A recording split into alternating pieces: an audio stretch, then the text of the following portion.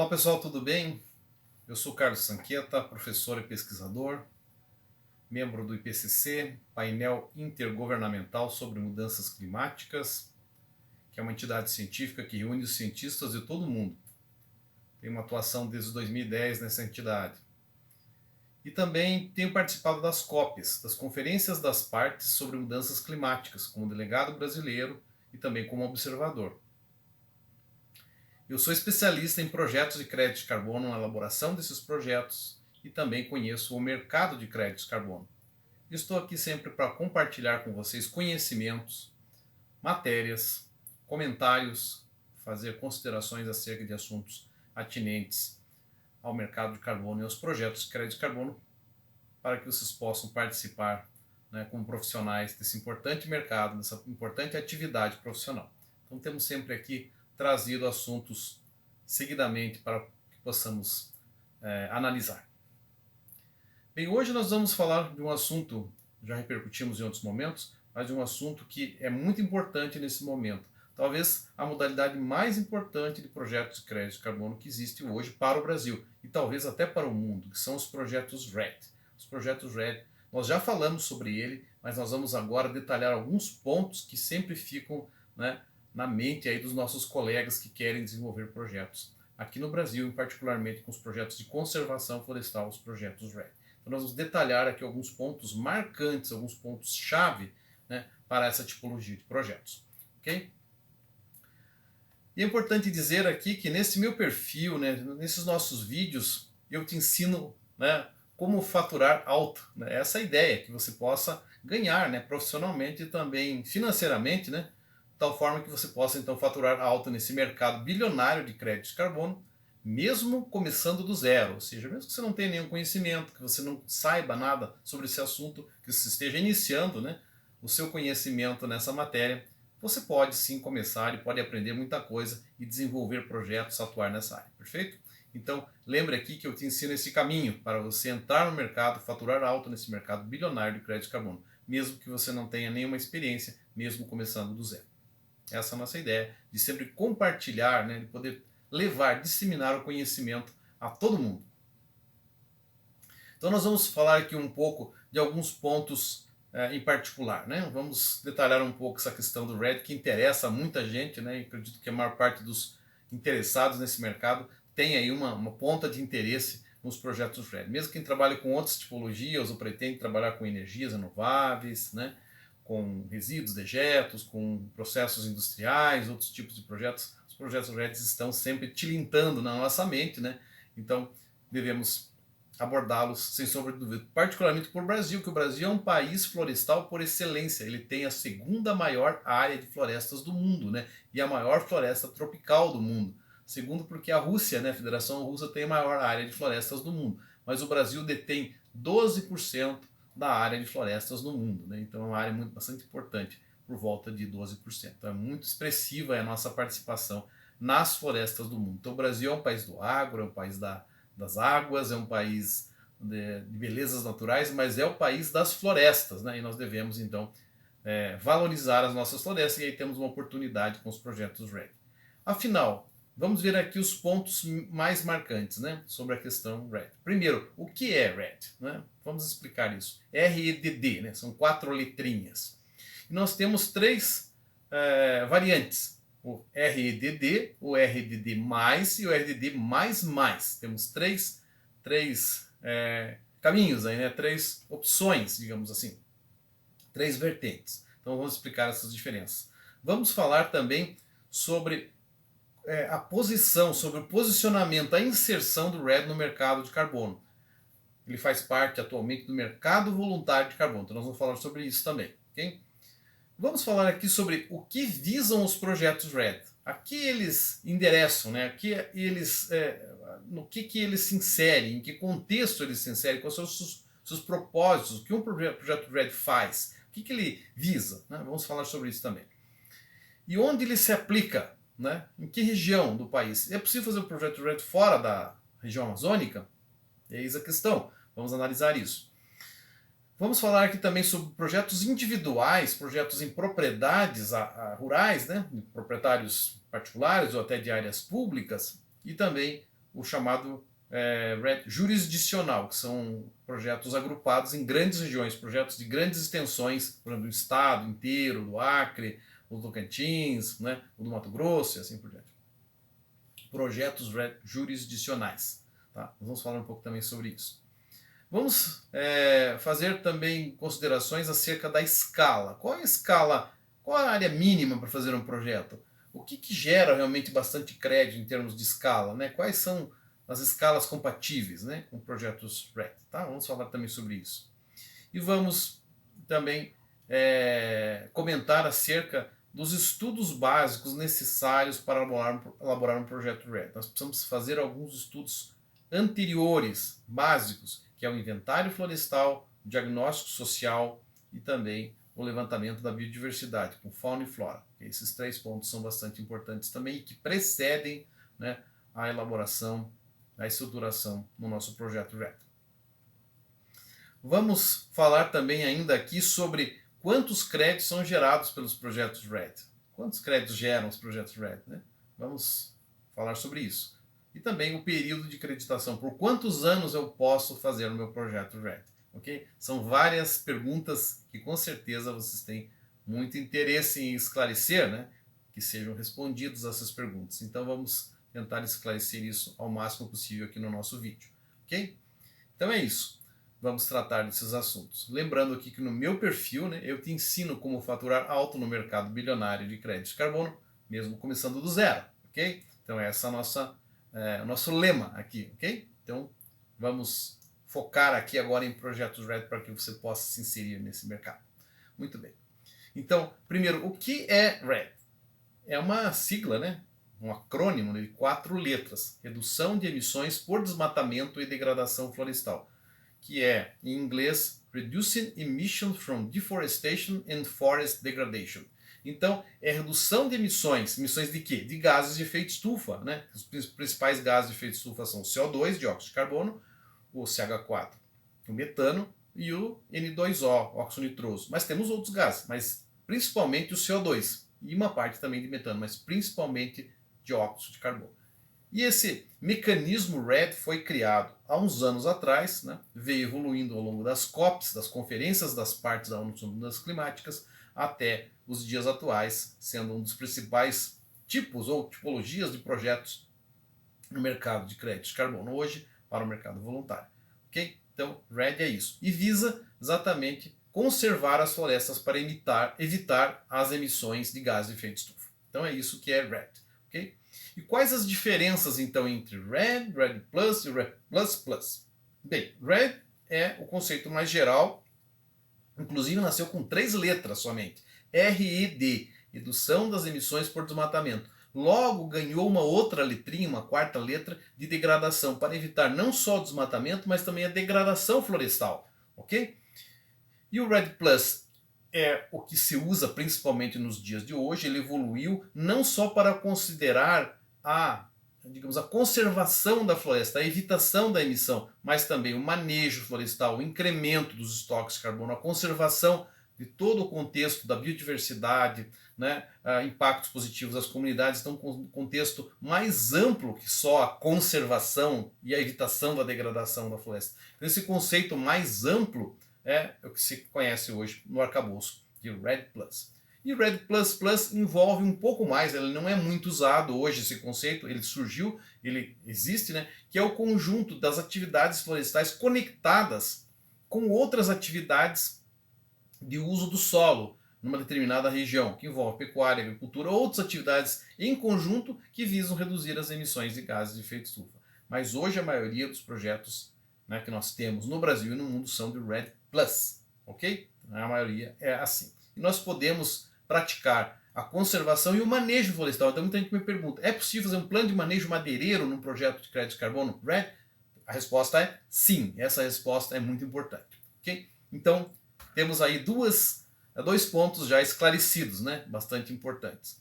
Lembrando aqui que no meu perfil, né, eu te ensino a faturar alto no mercado bilionário de crédito de carbono, mesmo começando do zero. Eu estou contando sobre RED, que você pode atuar e pode faturar alto nessa tipologia de projeto. E vamos então avançar em alguns outros pontos aqui.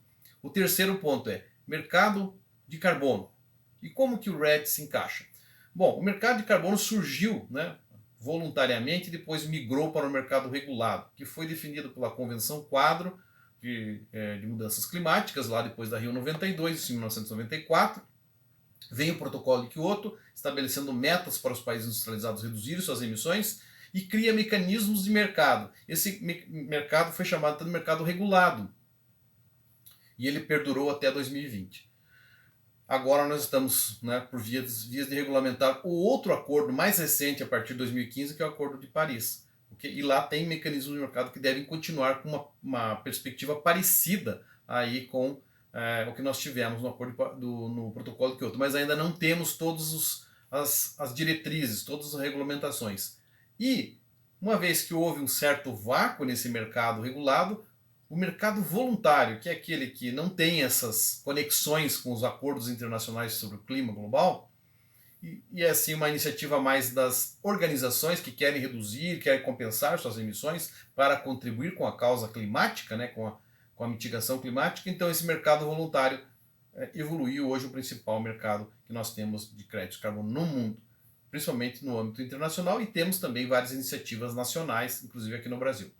Mas, então, o RED não está no mercado regulado. No mercado regulado tinha previsão de atividades florestais, mas apenas o reflorestamento, isto é, o plantio de árvores. Não tinha conservação como uma provisão, né, nos regulamentos, né, do MDL, do Mecanismo de Desenvolvimento Limpo, que é o mecanismo de mercado do Protocolo de Kyoto, que nós podemos desenvolver projetos aqui no Brasil e vender os créditos para os países industrializados, para as indústrias, as empresas que querem compensar suas emissões. Ok, então o RED está no mercado voluntário. Ele foi criado dentro do mercado voluntário e está até hoje no mercado voluntário. Ele não está no mercado regulado. Isso é bom que se esclareça. Ele poderá estar no mercado regulado? Ainda não sabemos. Pode ser que sim. Né? Nós vamos aguardar aí as deliberações, as regulamentações do Acordo de Paris. Mas hoje o RED é exclusivamente do mercado regulado, do mercado não regulado, do mercado voluntário de carbono. Okay? Então eu queria fazer esta observação importante aqui nesse contexto também, para que vocês possam entender, né, onde está posicionado no mercado o mecanismo RED. Okay? E aqui visam, né, esses projetos RED? Essencialmente reduzir o desmatamento. Reduzindo o desmatamento e a degradação florestal, evita-se também a emissão de gases de efeito estufa, o CO2 e eventualmente outros gases também como o CH4 e N2O, conforme eu tinha mencionado. Tá? Então esses projetos RED visam reduzir as emissões de gases de efeito estufa provenientes das atividades de mudança no uso da terra, que se chama, em inglês lá se chama Land Use Change, né? Land Use Change, LUC, que é essencialmente o desmatamento e a degradação florestal. E o nosso país, infelizmente o Brasil, tem um histórico de desmatamento bastante intenso, principalmente aí nas últimas 3 décadas.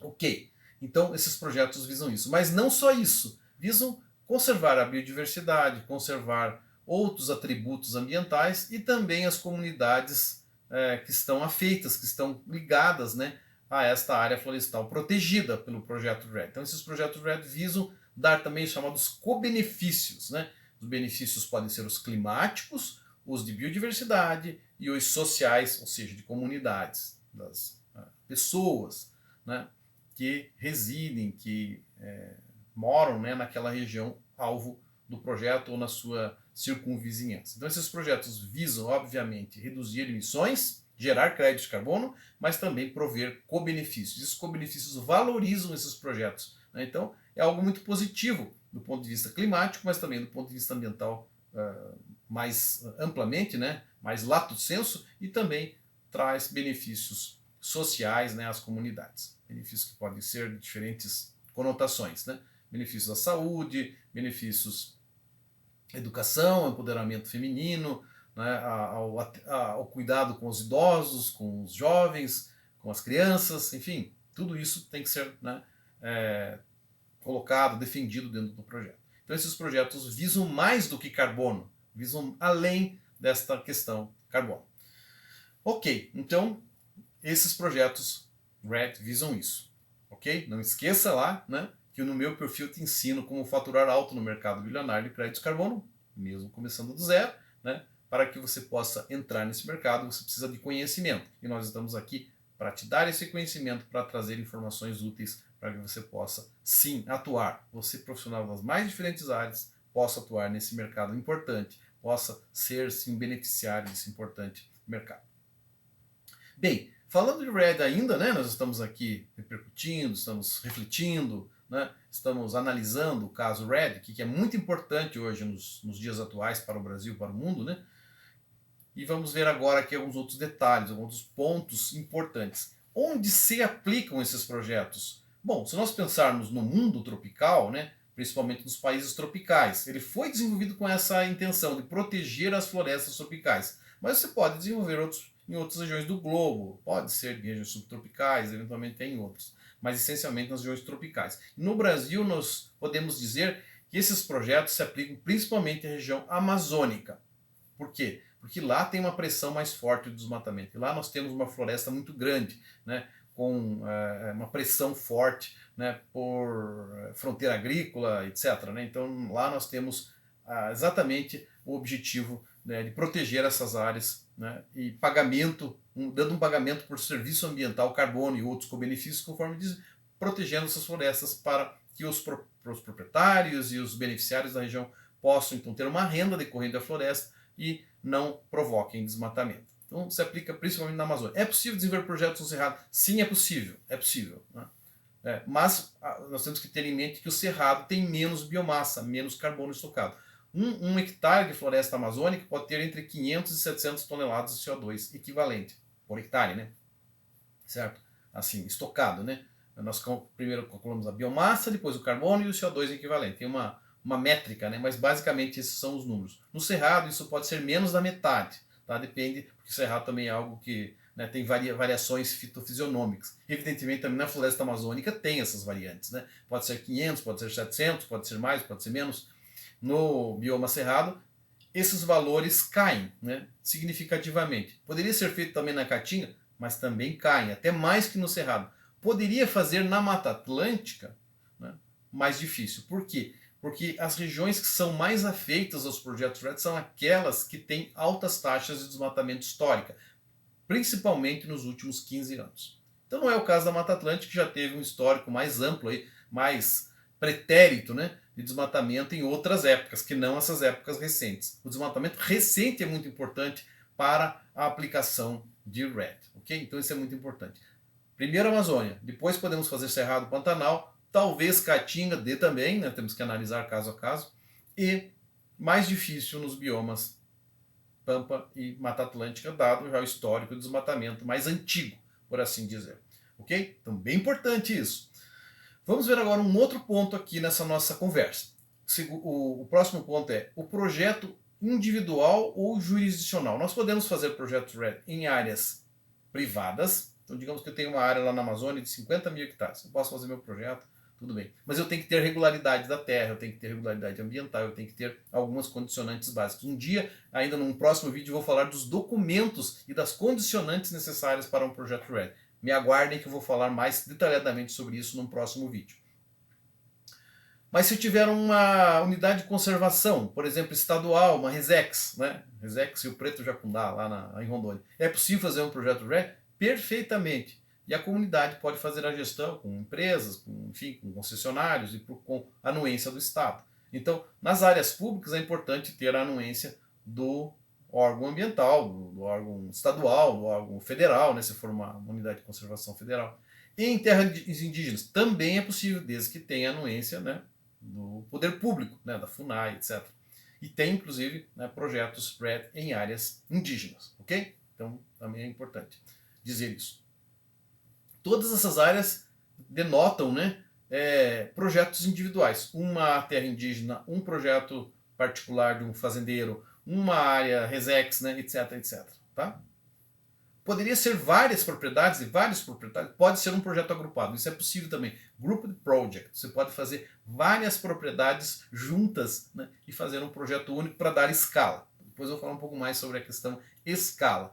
Áreas muito pequenas não dão bons projetos. Né? É importante ter isso em mente. Ok?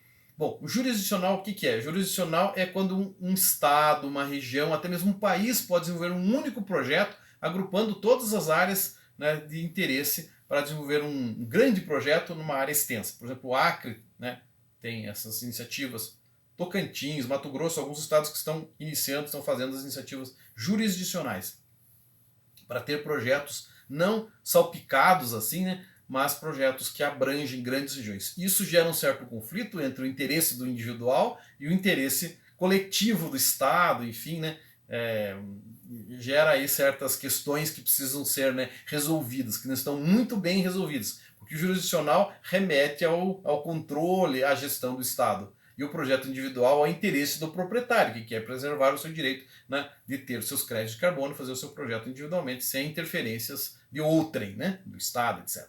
Ok? Então, jurisdicional, existe lá na Verra, que é o padrão, é uma plataforma de padrões, né, de carbono, entre outros, não só carbono, de outros ativos ambientais, que tem lá o JNR, que é o padrão jurisdicional, né, Jurisdiction Nest Red Program, né, que é um programa agrupado, né, jurisdicional de projetos de carbono. Mas ele não é muito ativo hoje, mas existem algumas iniciativas no sentido de desenvolver programas jurisdicionais em diferentes regiões do globo, inclusive em outros países, né, vizinhos do Brasil e até em outros continentes. Ok?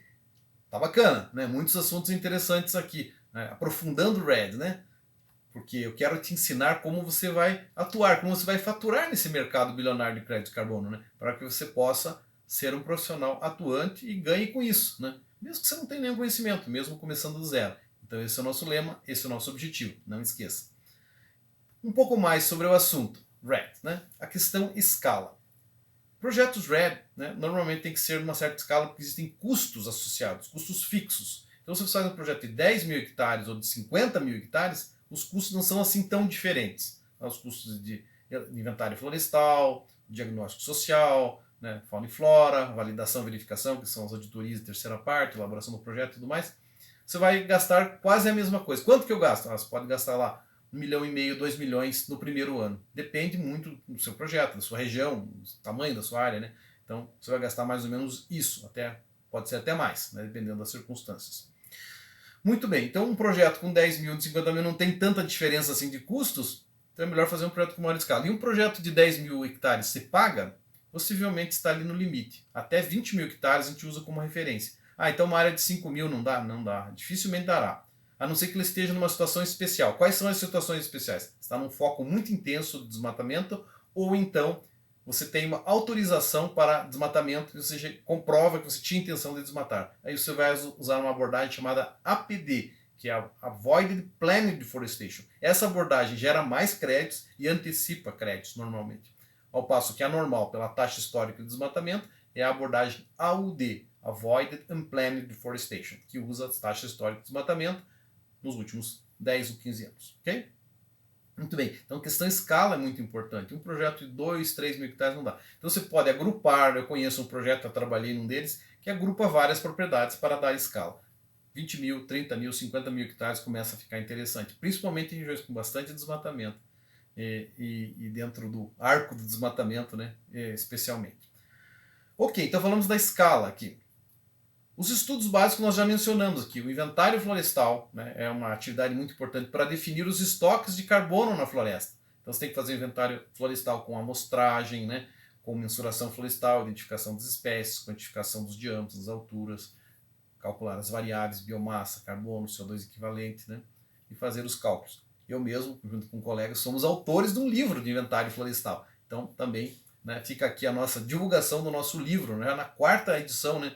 Nós estamos ainda fazendo já há muitos anos, né, edições desse livro, que é um best-seller, né, na área de inventário florestal. Eu sou originalmente professor de inventário florestal. Depois nós temos o diagnóstico social, bastante importante para conhecermos a realidade social da região, e também o estudo de fauna e flora, que é importante termos aí, né, a participação de profissionais, de especialistas para diagnosticar a biodiversidade e propor, né, ações de biodiversidade no projeto. Okay? Os estudos básicos. Esses estudos podem custar aí 500 mil, 700 mil, 1 milhão de reais. Depende, né, do tamanho da área, da complexidade, da distância das regiões, né, com mais infraestrutura, logística e acessos. Né? Então esses custos fazem parte daqueles valores que eu mencionei há pouco aí, que compõem, né, o fluxo de caixa do projeto. Então, os estudos básicos são muito importantes. Eles alicerçam, né, a elaboração do nosso PD, que é o documento de concepção do projeto, o Project Description, né, que é o documento per si do projeto, que é o projeto escrito. Ok? Bem importante, né? Bastante importante tudo isso, né? Nós estarmos aqui refletindo sobre esses pontos, porque isso dá, né, um conhecimento necessário para você partir, né, e poder, né, trilhar esse caminho e faturar alto no mercado bilionário de créditos de carbono, mesmo começando do zero. É assim que a gente começa. Muito bem. Vamos para os nossos últimos tópicos aqui. Quantos créditos são gerados? Depende. Uma área maior gera mais créditos. Uma área menor gera menos créditos. Mas normalmente por hectare ano, né, que é a referência que nós fazemos, pode variar de menos de 1 crédito, que é uma tonelada de CO2 equivalente, né, até pode ser mais de 10. Normalmente fica na faixa de 2, 3, no máximo aí 4, 5, a maior parte dos projetos. Mas tem alguns projetos que geram bem menos, porque são muito afastados do desmatamento, né, não tem uma taxa histórica de desmatamento muito elevada. E outras tem muito desmatamento em volta, então a área é preferível que seja protegida, aquela área pode ter 5, 6, 4, é bastante comum usando a abordagem AUD. Com a abordagem APD, esses números podem se tornar muito maiores, 8, 10, 12, eventualmente tem um projeto que eu conheço aqui no Brasil que gera mais do que isso, inclusive. Eu listei todos os projetos que estão lá registrados na Verra, no VCS, e tem projetos com variações de zero, quase zero, né, até mais de 10, 15, tá? Então é isso. Créditos por hectare ano, né? Toneladas de CO2 equivalente por hectare ano, que são os créditos de carbono, que também chamados no mercado voluntário dos padrões da Verra, VCS, né, de VCUs, Verified Carbon Units. Né? São os créditos de carbono nesse mercado. E que são vendidos hoje a 10, 12, 15 dólares a tonelada. Eu já tenho uma certa experiência também com comercialização de crédito de carbono. Né? Tive a oportunidade de fazer algumas operações interessantes aí nesse sentido, né? Em parcerias aí com colegas, né? Bastante bom, né, poder conhecer esse mercado e poder atuar. Muito bem, então quantos créditos podem ser gerados? Agora vamos ao último ponto aqui, né? O período de creditação. Esses projetos normalmente geram crédito de carbono por um período longo. São projetos que têm que ser reais, mensuráveis, auditáveis, né? E que geram um compromisso de longo prazo. Longo prazo. Portanto, esses projetos normalmente são de 30 anos, pode ser até de 40 anos, normalmente 30 anos. Esses projetos RED. Então você vai gerar créditos de carbono aí periodicamente, pode ser de ano em ano, cada 2 em 2 anos, isso varia um pouco. Porque, por que varia? Porque você pode ter que reunir uma quantidade de crédito de carbono para pagar as auditorias. A cada verificação é que você gera os créditos. Se você faz verificações frequentes, ano a ano, mas você tem pouco crédito, porque o seu projeto não é muito gerador de crédito, então você vai ter que pagar, desembolsar, e isso vai gerar um resultado, né, pouco eficaz, né, em termos de resultado econômico no seu fluxo de caixa.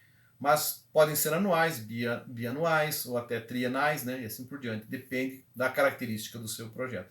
Mas o período de acreditação é de 30 anos, né, como grande média, né, grande sugestão, indicação para esses projetos RED. Aqui no Brasil e também em outros continentes. Eu já analisei várias áreas em vários continentes, né, na Ásia, na África, né, em outros países da América Latina, né, fora aqui da América do Sul, né, já fiz análises em vários países, de vários projetos, estudos de viabilidade, já tive a oportunidade de analisar várias situações. E aqui no Brasil em particular é muito bom, gera muitos créditos de carbono, né? Ok? Então o Brasil é o lugar, né, das florestas, é o país das florestas e também o país do RED, é o país do mercado bilionário de crédito de carbono. É isso que nós temos que ter em mente. Ok? Então vimos aqui, né, como faturar alto no mercado bilionário de crédito de carbono em projetos RED, mesmo começando do zero. Agora você já sabe o que é RED, agora você já sabe algumas premissas básicas, alguns elementos essenciais de projetos RED. Ok? Espero que você tenha gostado desse vídeo, espero que esse vídeo tenha sido útil para você que quer iniciar, né, a sua atividade profissional ou até se desenvolver mais, né, dentro da sua atividade de consultoria, de prestação de serviços, né, na área ambiental, na área, né, florestal, etc., né? Espero que você possa, então, sempre estar presente aqui nos nossos vídeos, né? Para que você possa também compartilhar esse vídeo com seus colegas, poder, né, divulgar esse nosso trabalho no sentido de disseminar esse conhecimento para que a gente possa desmistificar certas coisas e formar bons profissionais atuantes e com competência em fazer excelentes projetos aqui no nosso país. Ok? Deixo aqui meu grande abraço e nos vemos numa próxima oportunidade.